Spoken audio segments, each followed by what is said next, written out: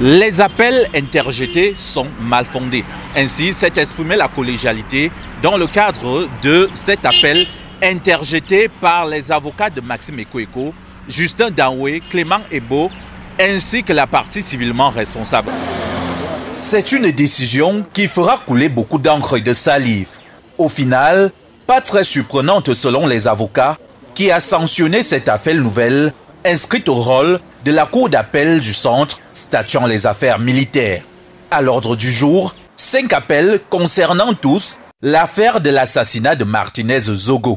Les 5, qu'ils soient de la défense, de la partie civile ou des ayants droit, contestent tous le jugement d'avant-dire droit numéro 124 du 27 mai 2024 du président du tribunal militaire de Yaoundé, le colonel Missenjone Jacques, qui avait rejeté en son temps la demande des avocats de multiplier les pièces du dossier de procédure. Malgré l'audience marathon qui aura duré 7 heures, dont plus de 4 ont été consacrés à la plaidoirie d'une vingtaine d'avocats venus du Cameroun et d'ailleurs, la Cour, présidée par le juge Mbang Ondoa René Florentin, va juger 4 des 5 appels recevables avant de les déclarer mal fondés, car selon lui et sa collégialité, aucune disposition en l'état actuel n'impose à la juridiction d'ordonner la reproduction du dossier de procédure, d'autant plus qu'une communication mal contrôlée de ce dossier, qualifiée à tort ou à raison par Maxime Eko de mine d'or,